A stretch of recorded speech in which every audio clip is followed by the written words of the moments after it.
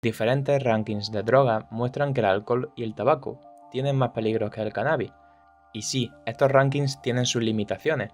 Están hechos bien por un panel de expertos o con encuestas a los propios consumidores de drogas o analizando los márgenes de exposición que los humanos pueden tolerar hacia una droga. No habría que tomarlos como una referencia perfecta, pero sí que indican que el cannabis no es tan dañino como pueda parecer en un primer momento. También el cannabis es menos adictivo que el alcohol o el tabaco, y está demostrado que ambas sustancias aumentan el riesgo de varios cánceres, mientras que no hay tales vínculos demostrados para el cannabis. Además, siempre que estoy en Holanda me choco con una realidad muy obvia, y es que la legalización de la marihuana fue una decisión más política que científica. El consumo y la venta al por menor de marihuana en Holanda están toleradas. Ya hablaremos de los detalles y de las consecuencias de este modelo en nuestro siguiente vídeo sobre la legalización de la marihuana. Pero por ahora vamos a centrarnos en la primera parte de nuestra historia. Vamos a descubrir cómo la marihuana pasó de ser una medicina más o menos aceptada a ser clasificada como una de las sustancias más peligrosas del mundo.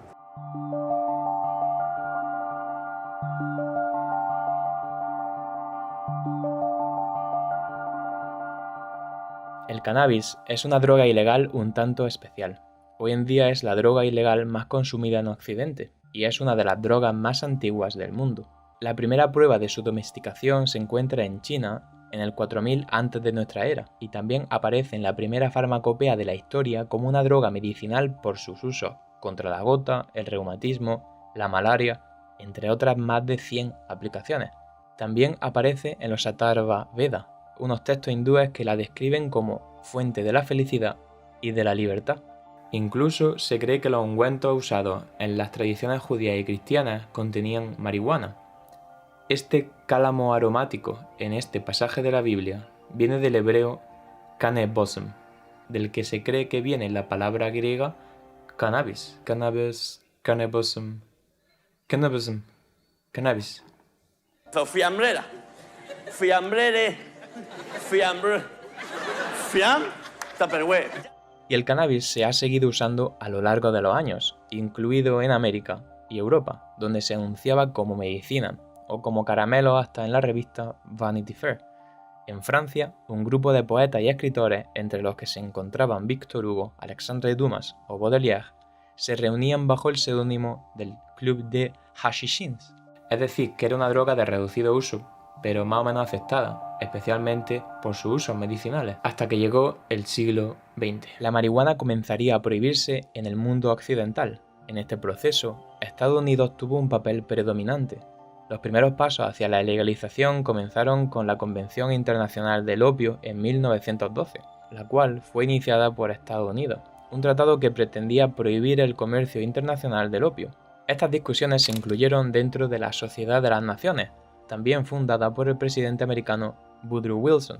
Este fue el primer organismo internacional que intentó organizar de alguna manera las relaciones entre países, con el objetivo de que no volviera a ocurrir algo parecido a la Primera Guerra Mundial. En 1925 se celebró una segunda conferencia, y con el apoyo de Egipto, China y Estados Unidos, también se prohibió, además del comercio de opio, el comercio internacional de cannabis. En consecuencia, países como Reino Unido o Alemania prohibieron el cannabis. Si analizamos los debates del comité de expertos que revisó esta prohibición en 1934, podemos ver qué motivos llevaron a su prohibición inicial. Tenéis que recordar que esta era la época de la expansión colonial entre la Primera y la Segunda Guerra Mundial. El sistema de mandatos e imperios seguía en su apogeo.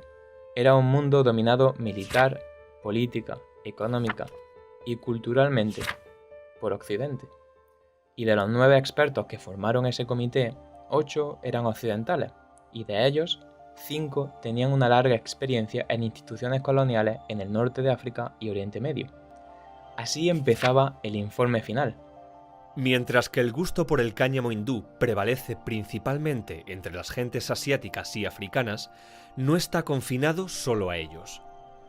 El problema ya no es simplemente combatir una práctica arraigada entre las sociedades antiguas, sino más bien lidiar con un vicio que se extiende por círculos que hasta ahora no estaban contaminados. Desde un primer momento, el consumo de cannabis se asoció con esas poblaciones antiguas, con África y Asia. Se asoció con Oriente, con el mundo colonizado, incivilizado, débil, perezoso.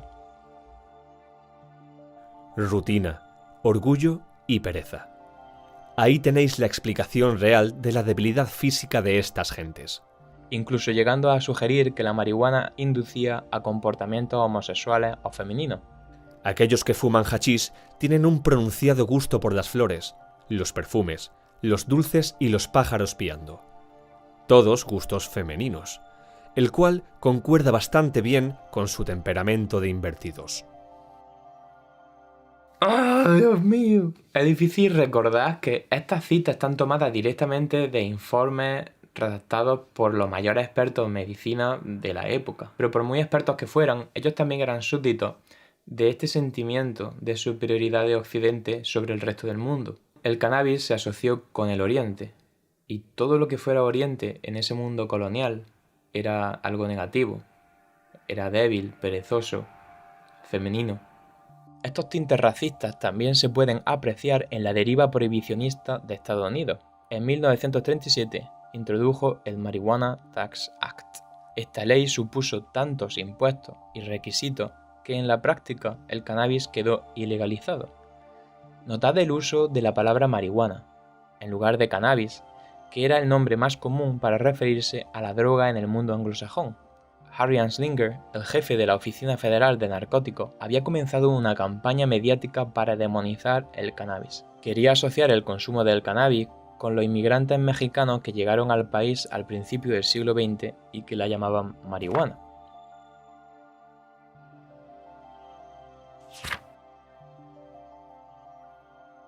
Esto es lo que dijo en 1937 a un comité del Parlamento. La mayoría de los que fuman marihuana son negros, hispanos, músicos de jazz y gente del entretenimiento. Su música satánica está inspirada por la marihuana, y fumar María hace a las mujeres blancas querer tener relaciones sexuales con los negros, faranduleros y otros. Es una droga que causa locura, crimen y muerte. Es la droga que más violencia causa en la historia de la humanidad. Anslinger continuó su cruzada con el cannabis también en los ámbitos internacionales. La Comisión de Drogas Narcóticas de las nuevas Naciones Unidas reemplazó la Convención del Opio de la extinta Sociedad de Naciones. Anslinger, utilizando la nueva situación de potencia mundial de los Estados Unidos, presionó durante todo el proceso de decisión de los comités, y en 1961 la Convención Única sobre Narcóticos situó al cannabis en la lista 1 y 4 sobre estupefacientes, las reservadas a las sustancias más peligrosas y adictivas del mundo que no tienen utilización medicinal. O sea, no lo entiendo, tiene que haber algo. Es decir, ¿por qué Anslinger pasó toda su carrera demonizando el cannabis? ¿Qué motivos tenía? Anslinger pasó gran parte de su carrera recolectando noticias que vinculaban el consumo de marihuana con crímenes violentos. Como este, por ejemplo. Por lo que lo mismo creía honestamente en la peligrosidad del cannabis. Sin embargo, Anslinger recibió numerosos informes que contradecían su creencia. El Dr. Walter Bromberg estudió más de 2000 crímenes a los que se le había asociado el consumo de marihuana y no encontró en ninguno de ellos una clara influencia del cannabis en el acto. También un informe de 1944 redactado por The New York Academy of Medicine describía cómo la marihuana no era tan peligrosa. Pero Anslinger tenía buenas razones para ignorar esas interpretaciones. En 1933, los Estados Unidos volvieron a legalizar el alcohol. Así que la Oficina Federal de Narcóticos se quedó sin mucho que hacer, por lo que, por temor a perder los fondos, Anslinger buscó otra droga para asegurar la continuación de su departamento. Anslinger se retiró en el 1962, pero para entonces ya había llegado a la Casa Blanca Nixon y su War on Drugs. America's public enemy number one in the United States is drug abuse. En la campaña electoral de 1968, Nixon tenía dos enemigos, los movimientos de izquierda en contra de la guerra de Vietnam, como el Youth International Party, y los movimientos antirracistas como the Black Panther Party. Y esto es lo que John Ehrlichman, el jefe de política interna del gabinete de Nixon, dijo sobre esto. Sabíamos que no podíamos hacer ilegal ni estar en contra de la guerra, ni ser negro, pero sí podíamos hacer que el público asociara a los hippies con la marihuana y los negros con la heroína. para criminalizar completamente esas sustancias y poder así destruir esas comunidades. Así podríamos arrestar a sus líderes, hacer redadas en sus casas, destrozar sus mítines y vilipendiarlos noche tras noche en las noticias. ¿Sabíamos que estábamos mintiendo sobre las drogas? Claro que lo sabíamos. Y de hecho, como dije antes, desde los 40 se sabía que la marihuana no era tan peligrosa. Y de nuevo, en 1973, una comisión de investigación recomendó a Nixon descriminalizar el cannabis, llegando a compararlo con el tabaco o el alcohol, pero Nixon ignoró los resultados. Es decir, la ilegalización del cannabis fue un proyecto acientífico, orquestado por intereses personales y políticos, apoyado en sentimientos racistas. Es verdad que durante esos años el descubrimiento de medicamentos modernos como la aspirina, el paracetamol o el ibuprofeno sustituyeron al cannabis para su uso analgésico o relajante.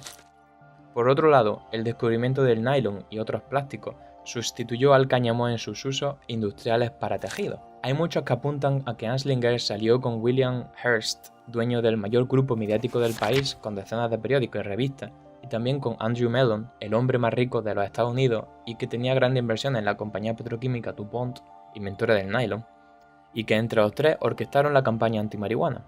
Esta versión dice que Mellon y Hearst, con también intereses económicos en el sector maderero, habrían querido acabar con la competencia del cáñamo al papel y al nylon.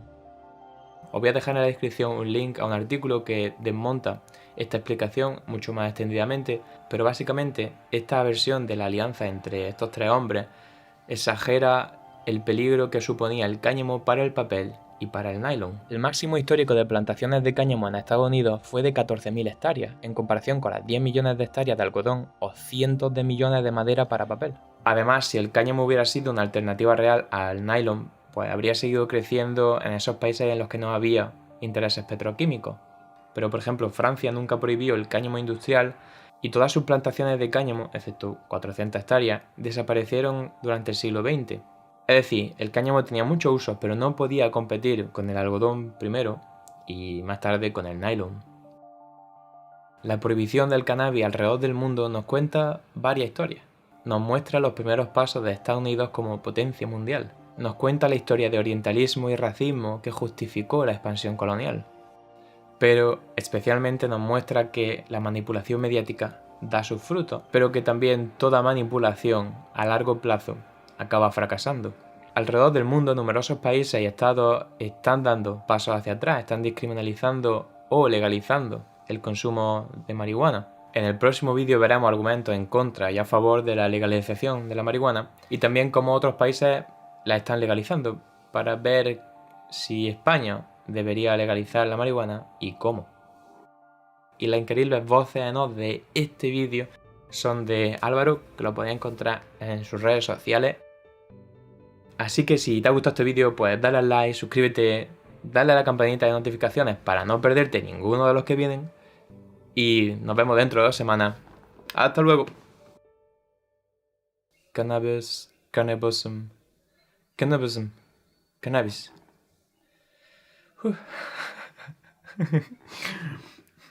Luego tengo que empezar otra vez.